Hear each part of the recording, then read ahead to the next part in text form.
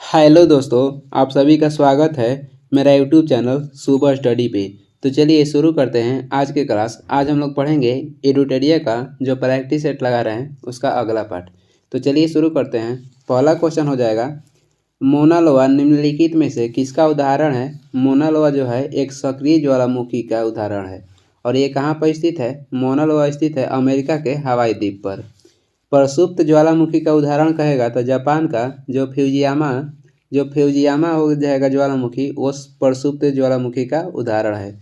या इटली का विसुवियस जो ज्वालामुखी है ये भी प्रसुप्त ज्वालामुखी है।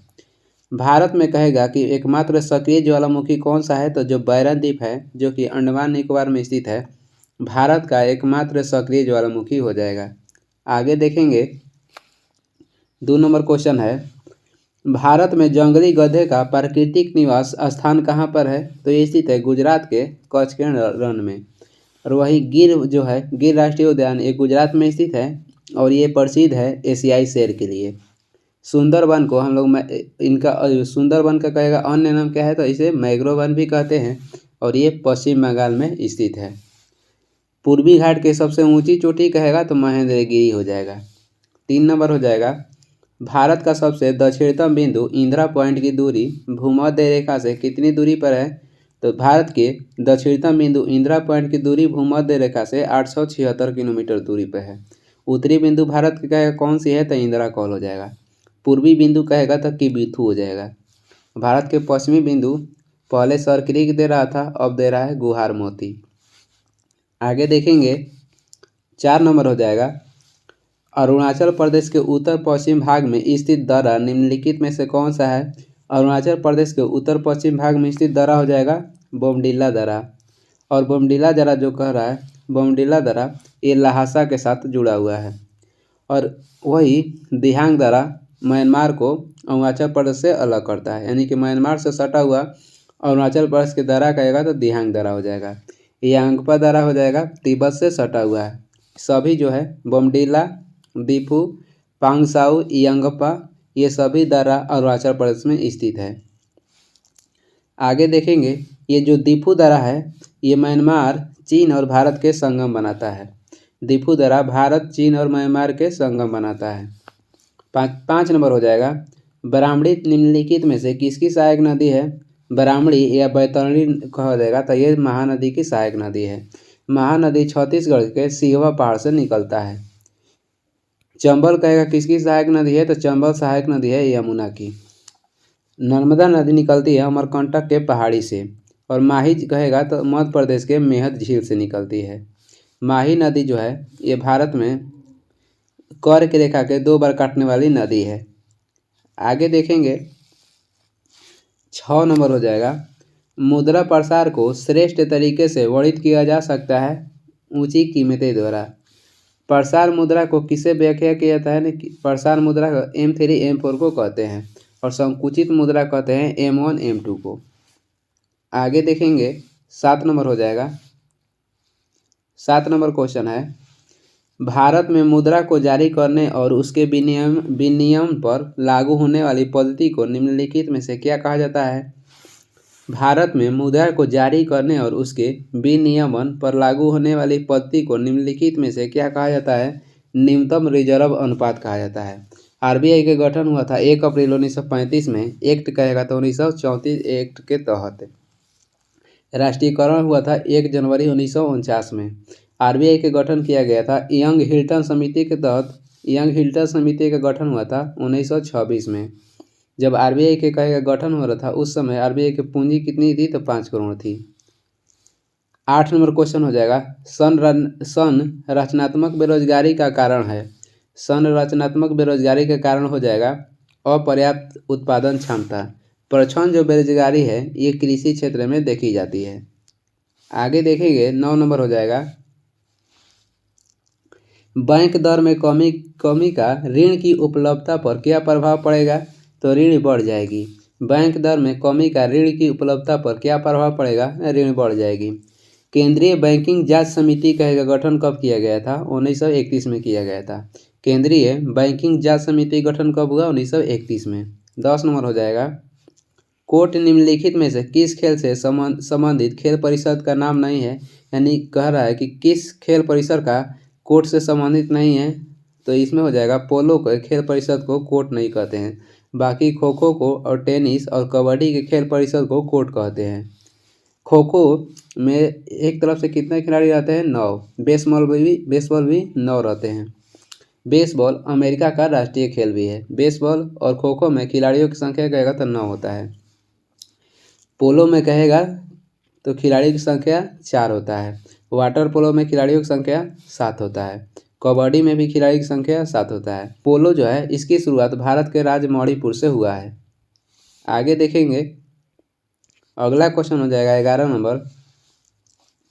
फिल्म क्षेत्र में दिए जाने वाले प्रसिद्ध ऑस्कर पुरस्कार शुरुआत में किस वर्ष दी गई थी? ऑस्कर पुरस्कार जो दी गई थी शुरुआत में, इसकी शुरुआत हुई थी 1929 में। ऑस्कर पुरस्कार पाने वाले पहले भारतीय कहेगा तो भानु अथैया हो जाएंगे। 1914 में मैकमोहन रेखा का निर्धारण किया गया था और विश्व युद्ध की शुरुआत भी 1914 में हुआ, जो कि 1914 से 18 तक चला था। पंचवर्षीय योजना की शुरुआत की गई थी 1951 में और पंचवर्षीय योजना जो है ये रूस देश से ली गई है। भारत में पहली बार तेल क्षेत्र में मिला डिगबोई 1901 में। 12 नंबर हो जाएगा। बिस्मिल्लाह खां का संबंध किस वाद्य यंत्र से है? बिस्मिल्लाह खां शहनाई बजाते थे, तबला बजाते थे अल्लाह रखा खां। अमजद अली का संबंध हो जाएगा सरोद से और पंडित रविशंकर का संबंध हो जाएगा सितार से। आगे देखेंगे 13 नंबर हो जाएगा। भारतीय थल सेना के पूर्वी कमांड का मुख्यालय कहाँ पर स्थित है? थल सेना को 7 कमान में बांटा गया है और पूर्वी थल सेना के पूर्वी कमांड कहेगा तो हो जाएगा कोलकाता। थल सेना दिवस मनाया जाता है 15 जनवरी को और इसे 7 कमान में बांटा गया है। थल सेना के वर्तमान अध्यक्ष कहेगा तो मनोज पांडे हैं। वायुसेना दिवस मनाया जाता है 8 अक्टूबर को। वायुसेना को भी 7 कमान में बांटा गया है और कहेगा वर्तमान में वायुसेना अध्यक्ष कौन है? VR चौधरी हैं। नौसेना को 3 कमान में बांटा गया है। वायुसेना और थल सेना को 7 कमान में बांटा गया है और नौसेना के 3 कमान में बांटा गया है। वर्तमान में कहेगा कि नौसेना अध्यक्ष कौन है? तो R हरि कुमार हैं। नौसेना दिवस मनाया जाता है 4 दिसंबर को, वायुसेना 8 अक्टूबर को, थल सेना 15 जनवरी को। 14 नंबर देखेंगे। विश्व आदिवासी दिवस प्रतिवर्ष किस तिथि को मनाया जाता है? विश्व आदिवासी दिवस कहेगा तो 9 अगस्त को मनाया जाता है। 1 अगस्त को विश्व स्तनपान दिवस मनाया जाता है। जगत के पिता या धरती के आबा कहेगा किसे कहते हैं? तो ये आदिवासी के नेता बिरसा मुंडा को कहते हैं।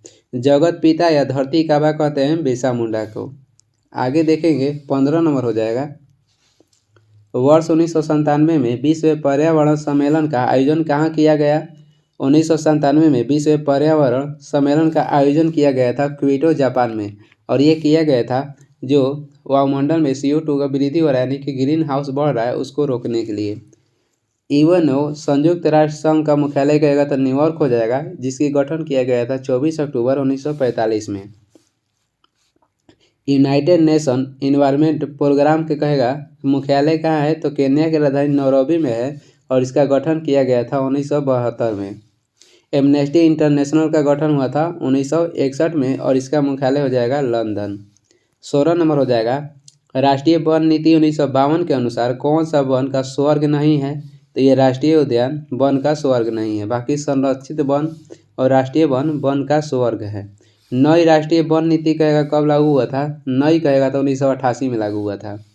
और national highway authority of India का गठन भी 1988 में किया गया था, जिसका मुख्यालय कहेगा तो दिल्ली है। आगे देखेंगे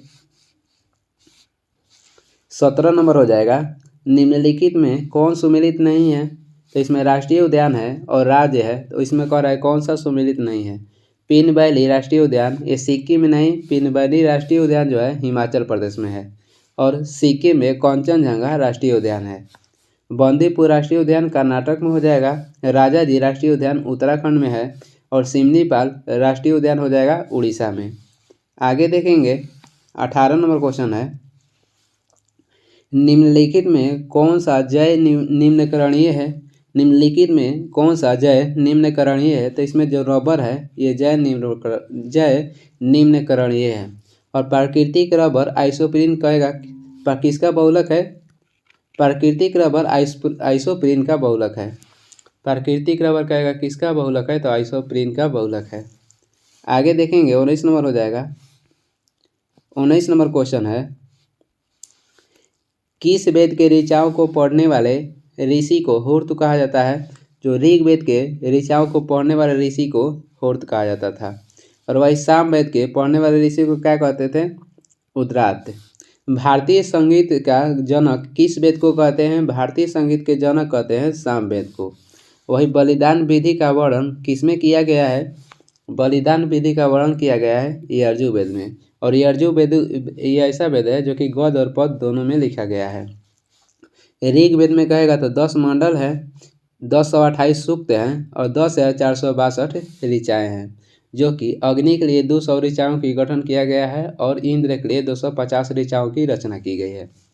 अथर्ववेद में सभा और समिति प्रजापति की 2 पुत्री थी, इसका उल्लेख मिलता है।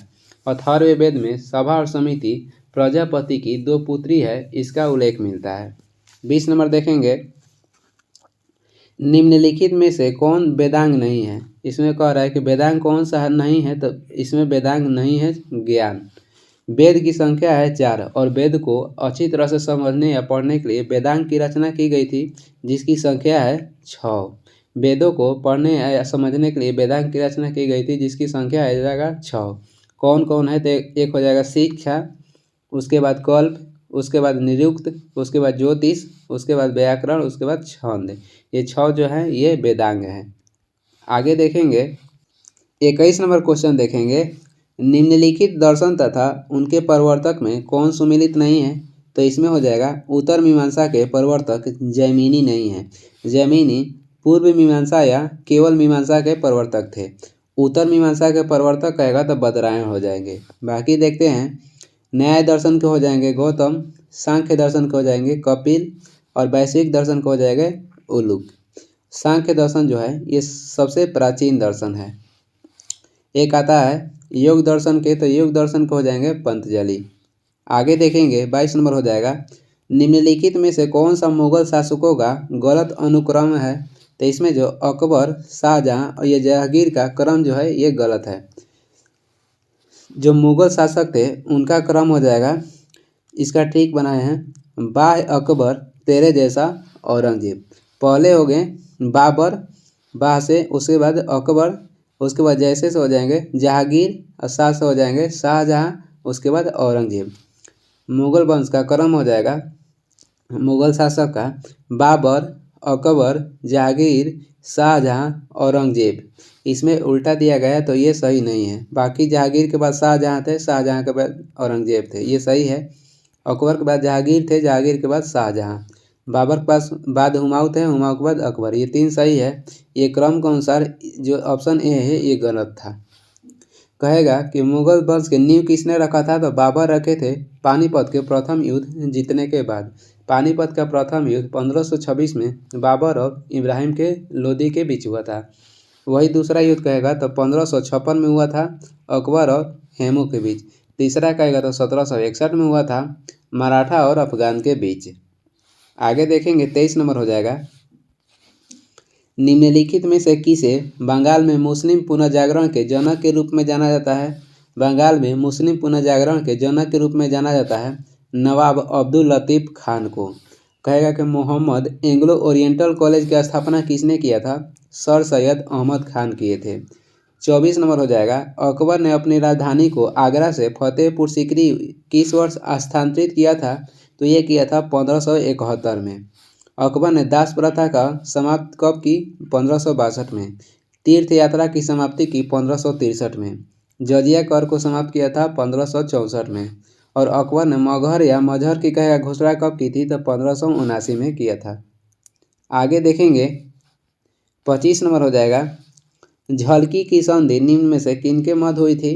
झलकी की संधि हुआ था निजाम एवं बालाजी बाजीराव के बीच हुआ था। झलकी की संधि हुआ था 1752 में। नाना साहब के नाम से कहेगा किसे जाना जाता है, तो बालाजी बाजीराव को नाना साहब के उपनाम से जाना जाता है। वही पालखेड़ा के युद्ध जो 1728 में हुआ था, कहेगा किसके बीच हुआ था, निजामुल मुल्क एवं बाजीराव प्रथम के बीच हुआ था।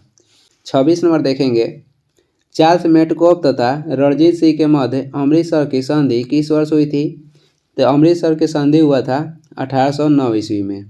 वही वाटरलू का युद्ध कब हुआ था? वाटरलू का युद्ध हुआ था 1815 ईस्वी में और ये नेपोलियन का अंतिम युद्ध था। 1829 में एहरेनबर्ग ने जीवाणु का नामकरण किया था। खोज कहेगा तो लीमेनहॉक किए थे 1776 में। लीमेनहॉक ये हॉलैंड के वैज्ञानिक थे। 27 नंबर हो जाएगा। 1857 की क्रांति को किसने पूर्णतः सिपाही विद्रोह कहा था? पूर्णतः सिपाही विद्रोह किसने किया था? कहा था तो लॉरेंस एम सीले कहे थे। वही 1857 के क्रांति को किसने राष्ट्रीय विद्रोह की संज्ञा दी? तो ये दिए थे डिज़रायली। और किसने कहा था ये बर्बरता एवं सभ्यता का युद्ध था? तो ये कहे थे TRM होम्स ने। किसने कहा था कि ये बर्बरता एवं सभ्यता के बीच का युद्ध था? तो ये बोले थे TRM होम्स ने। 28 नंबर हो जाएगा। फराइजी आंदोलन का नेतृत्व किसने किया था? तो ये किए थे शरीयतुल्लाह मियां ने। फराइजी विद्रोह आंदोलन का नेतृत्व किए थे शरीयतुल्लाह मियां ने। और चुआड़ विद्रोह से कौन जुड़े थे? तो दुर्जन सिंह जुड़े थे।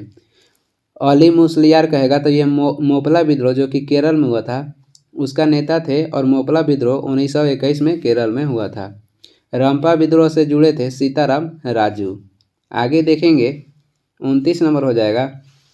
राष्ट्रपति पद के उम्मीदवार के लिए निर्वाचक मंडल में कितने सदस्य क्रमतः प्रस्तावक एवं अनुमोदक होते हैं? तो ये होते हैं 50 एवं 50।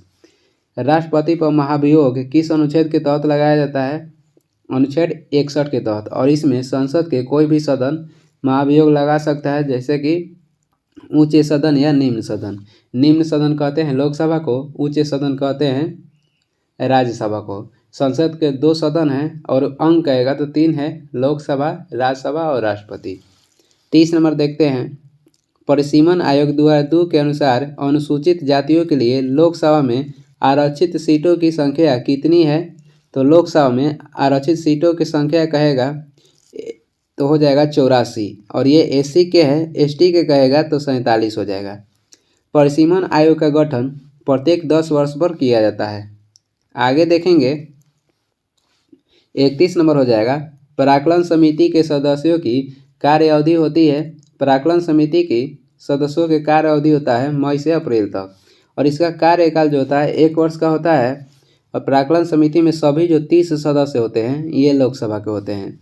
प्राक्कलन समिति का गठन हुआ था 1950 में। लोकलेखा जो समिति है इसे प्राक्कलन समिति का जुड़वा बहन कहा जाता है। लोकलेखा समिति के भाई कार्यकाल जो होता है 1 वर्ष का होता है। लोकलेखा समिति में 22 सदस्य होते हैं जिसमें 15 लोकसभा के और 7 राज्यसभा के होते हैं। 32 नंबर हो जाएगा। जवाहरलाल नेहरू ने संविधान सभा के समक्ष उद्देश्य प्रस्ताव को कब प्रस्तुत किया था? जवाहरलाल नेहरू ने संविधान सभा में उद्देश्य प्रस्ताव पेश किए थे 13 दिसंबर 1946 को और इसे अपनाया गया था 22 जनवरी 1947 को। अंतरिम सरकार के गठन कब किया गया था? तो 2 सितंबर 1946 को अंतरिम सरकार का गठन किया गया था और संविधान सभा का अंतिम बैठक हुआ था 24 जनवरी 1950 को। इसी में राजेंद्र प्रसाद को भारत का प्रथम राष्ट्रपति बनाया गया। 33 नंबर हो जाएगा। विधि निर्माण की प्रक्रिया भारतीय संविधान के किस देश के संविधान से लिया गया है? विधि निर्माण प्रक्रिया लिया गया है ब्रिटेन के संविधान से। और एक आता है कि विधि द्वारा स्थापित प्रक्रिया किस देश से लिया गया है? विधि द्वारा स्थापित प्रक्रिया कहेगा तो यह जापान से लिया गया है। विधि निर्माण प्रक्रिया हो जाएगा ब्रिटेन, विधि द्वारा स्थापित प्रक्रिया हो जाएगा जापान। गणतंत्र शब्द लिया गया है फ्रांस से। मौलिक अधिकार कहेगा तो अमेरिका से लिया गया है। मौलिक कर्तव्य हो जाएगा रूस से। आगे देखेंगे 34 नंबर हो जाएगा। किस वाद में सर्वोच्च न्यायालय ने प्रस्तावना को संविधान का अंग नहीं माना है? तो नहीं माना है बेरुबाड़ी वाद में। और ये इसमें बोला गया था कि संविधान में संशोधन नहीं हो सकता है और ये बेरुबाड़ी जो वाद है 1967 में हो गया है। और कहे किसमें माना है? तो केशवानंद भारतीय बनाम जो कि केरल में हुआ था इसमें माना है और इसमें ये भी कहा गया कि प्रस्तावना में संशोधन हो सकता है। और केशवानंद भारतीय जो बनाम हुआ था 1973 में हुआ था केरल में। आगे देखेंगे 35 नंबर हो जाएगा। अल्पसंख्यक वर्गों के हितों का संरक्षण संविधान के किस अनुच्छेद में वर्णित है? अल्पसंख्यक वर्ग के हितों का संरक्षण दिया गया अनुच्छेद 29 में। वही कहेगा कि अल्पसंख्यक का धर्म एवं भाषा के परवाह बिना अल्पसंख्यक वर्ग धर्म या भाषा के परवाह के बिना शैक्षिक संस्थानों का स्थापना कर सकता है, तो इसका उल्लेख किया गया है अनुच्छेद 30 में। आगे देखेंगे 36 नंबर हो जाएगा, निम्नलिखित में से कौन सा मूल अधिकार विदेशी नागरिकों को प्राप्त नहीं है, तो इसमें हो जाएगा अभिव्यक्ति की स्वतंत्रता का अधिकार विदेशी नागरिक को नहीं दिया गया है, और इसका उल्लेख किया गया है 19 में। अनुच्छेद 19 में 6 प्रकार की स्वतंत्रता दिया गया है। विधि के समक्ष समानता का उल्लेख किया गया है अनुच्छेद 14 में। प्राण एवं दैहिक स्वतंत्रता का उल्लेख है अनुच्छेद 21 में। शोषण के विरुद्ध अधिकार कहेगा तो अनुच्छेद 23-24 में है। आगे देखेंगे 37 नंबर हो जाएगा, केंद्र तथा राज्यों के मध्य वित्त का विभाजन निम्न में से किसकी संतुतियों के आधार पर किया जाता है, तो ये किया जाता है वित्त आयोग के संतुतियों पर। वित्त आयोग का गठन किया गया था 1951 में। प्रथम वित्त आयोग के अध्यक्ष कहेगा था केसी नियोगी थे। वर्तमान में 15वीं वित्त आयोग चल रहा है जिसका अध्यक्ष कहेगा तो NK सिंह है, और इसका कार्यकाल 2020 से 25 है। 15वीं वित्त आयोग का कार्यकाल 2020 से 25 है। वित्त आयोग का गठन कहेगा तो अनुच्छेद 280 के तहत किया जाता है। नीति आयोग का गठन किया गया था 1 जनवरी 2015 में, और इसे योजना आयोग के स्थान पर किया गया है। राष्ट्रीय विकास परिषद के का गठन कब हुआ था, 6 अगस्त 1952 को। आगे देखेंगे निम्नलिखित में से कौन सा पदार्थ प्रकाश संश्लेषण के दौरान अपचयित होता है, तो ये हो जाएगा कार्बन डाइऑक्साइड। कार्बन डाइऑक्साइड को पौधे प्रकाश संश्लेषण के द्वारा अवशोषित करते हैं। कहेगा किसे छोड़ते हैं, तो ऑक्सीजन छोड़ते हैं। कहेगा कि प्रकाश संश्लेषण में ऑक्सीजन कहाँ से प्राप्त होता है, तो ये प्राप्त होता है जल से। प्रकाश संश्लेषण की क्रिया पौधे द्वारा क्लोरोफिल या क्लोरोप्लास्ट में होता है। क्लोरोफिल में कहेगा कौन सी धातु पाई जाती है, तो मैग्नीशियम पाया जाता है। इसी के कारण पौधे का जो पत्ता होता है हरा होता है। 39 नंबर हो जाएगा, सार्वजनिक मूत्रालय से गंध किस गैस के प्रभाव के कारण आता है, तो ये हो जाएगा अमोनिया। अमोनिया के सूत्र कहेगा तो NH3 हो जाएगा। इलेक्ट्रॉन बंधुता वाला सर्वाधिक इलेक्ट्रॉन बंधुत्व वाला तत्व कहेगा तो क्लोरीन हो जाएगा, और विद्युत के सर्वाधिक ऋणात्मक तत्व कहेगा तो फ्लोरीन हो जाएगा। कार्बन मोनोऑक्साइड जो है ये हीमोग्लोबिन को ब्लॉक कर देता है। हीमोग्लोबिन का कार्य है मानव शरीर के अंदर ऑक्सीजन का परिवहन करना, और कार्बन मोनोऑक्साइड जो है हीमोग्लोबिन को ब्लॉक कर देता है, जिसके कारण सांस लेने में दिक्कत आता है। 40 नंबर हो जाएगा, निम्न में से कौन प्राकृतिक गैस का मुख्य घटक है, तो यह हो जाएगा मीथेन। मीथेन जो है प्राकृतिक गैस का मुख्य घटक है, और इसका अन्य नाम कहेगा मीथेन को क्या बोलते हैं, तो मार्स गैस भी बोलते हैं। सिगरेट लाइटर में कौन सी गैस रहती है, तो ये रहते हैं ब्यूटेन। बेंजीन का स्वाद कहेगा तो ये मीठी गंध वाला स्वाद होता है। बेंजीन का स्वाद कैसा रहता है, तो मीठी गंध, और ये रंगहीन होता है। आगे देखेंगे 41 नंबर हो जाएगा, गति के नियम को निम्नलिखित में से किसने प्रतिपादित किया था। गति के नियम को प्रतिपादित किए थे न्यूटन, और उत्प्लावन के सिद्धांत दिए थे आर्किमिडीज। प्राकृतिक वर्णन के सिद्धांत या उत्तरजीविता के सिद्धांत कहेगा किसने दिया था, तो ये दिए थे डार्विन। प्रकाश के विद्युत प्रभाव के खोज किए थे आइंस्टीन, और इन्हें नोबेल पुरस्कार दिया गया था 1921 में। निम्नलिखित में से कौन सा ऊष्मा की इकाई नहीं है, तो इसमें जो वाट हो जाएगा ये ऊष्मा की इकाई नहीं है, ये शक्ति की इकाई है। बाकी किलो कैलोरी, किलो जूल और कैलोरी ये ऊष्मा का इकाई है। 43 नंबर देखेंगे, एक सुरंग में 100 वाट क्षमता वाले 5 लगातार बल्ब 20 घंटे तक जलाए जाते हैं, तो कुल विद्युत लागत कितनी होगी, तो कितना था 100 वाट था, और 20 घंटे तक जला था, और कितना तो 5 घंटा। सभी को गुना करके 1000 से भाग दे दिए, 2 जीरो से 2 जीरो कट गया, और 1 जीरो से 1 जीरो, 5 दूनी क्या होगा 10 यूनिट विद्युत लागत आएगा। कितना 10 यूनिट, इसमें हो जाएगा B।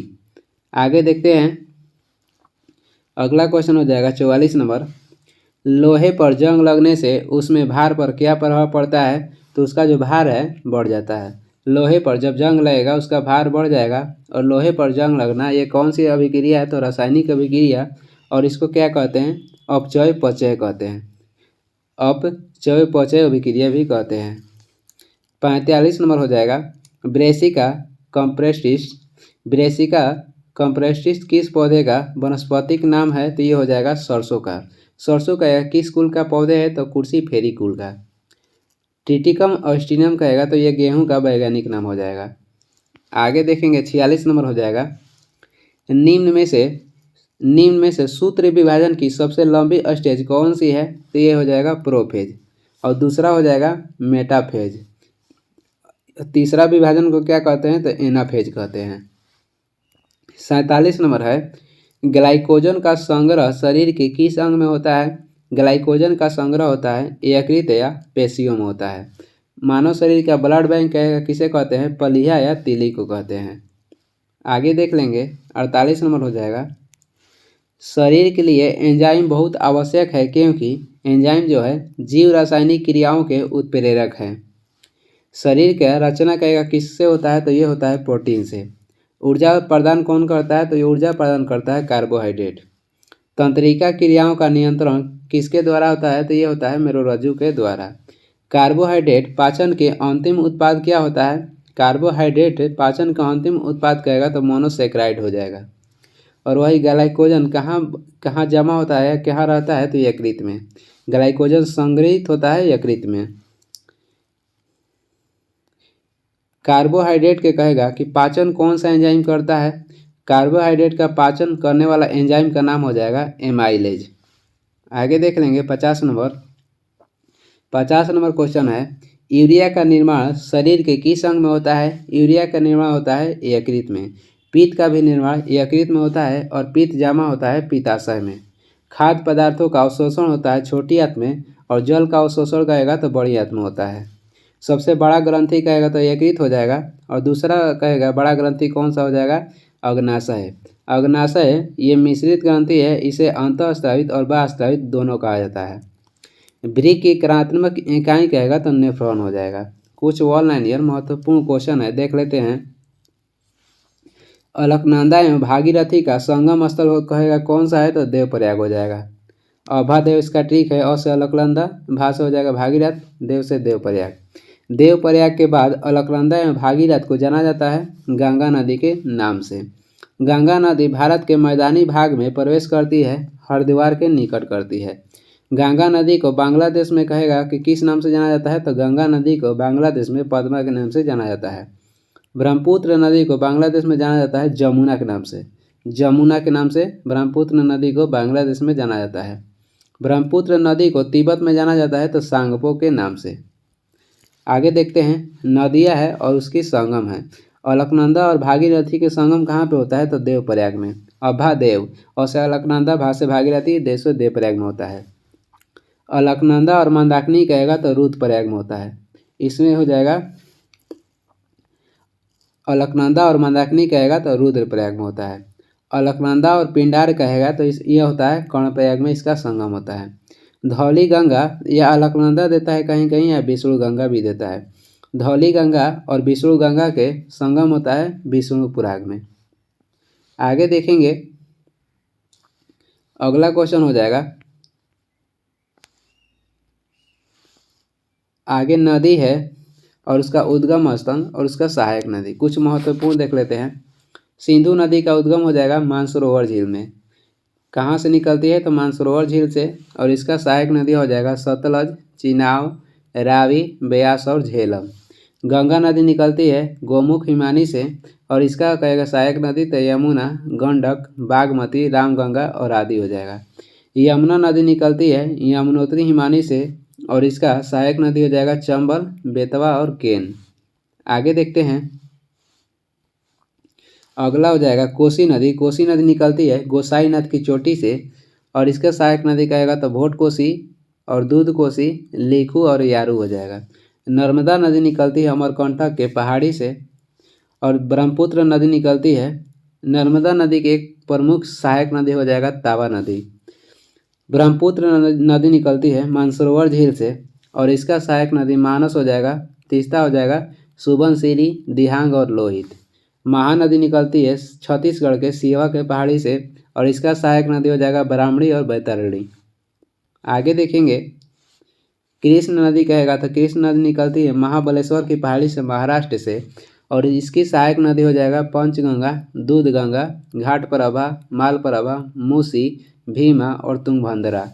गोदावरी नदी निकलती है त्रियंबक गांव से, ये निकलता है त्रियंबक गांव नासिक से। इसका हो जाएगा सहायक नदी बेनगंगा, पैनगंगा, मंजीरा, सबरी, वर्धा और प्राणहिता।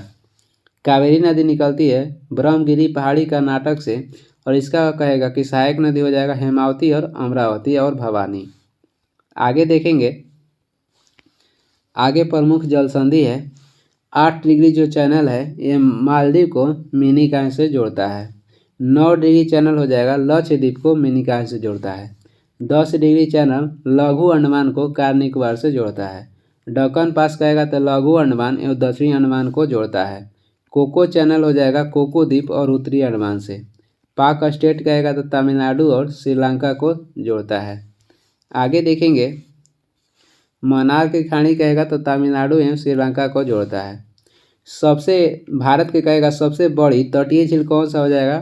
भारत के सबसे बड़ी तटीय झील हो जाएगा चिल्का झील। भारत में सबसे खारे पानी की झील कहेगा कौन सी है? तो चिल्का झील हो जाएगा।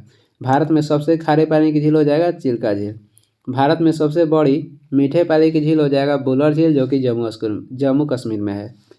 चिल्का झील हो जाएगा उड़ीसा, बुलर झील हो जाएगा जम्मू कश्मीर।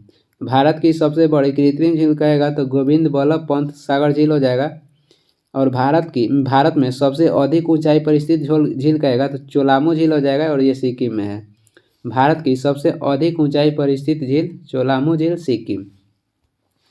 भारत में ज्वालामुखी उद्गार द्वारा निर्मित झील कहेगा, ज्वालामुखी से निर्मित झील हो जाएगा लोलार झील, और ये महाराष्ट्र में है। हैदराबाद एवं सिकंदराबाद के मध्य कौन सा झील स्थित है? ये स्थित है हुसैन सागर झील। लोकटक झील कहेगा तो ये मणिपुर में है, और वेम्बनाड झील हो जाएगा केरल।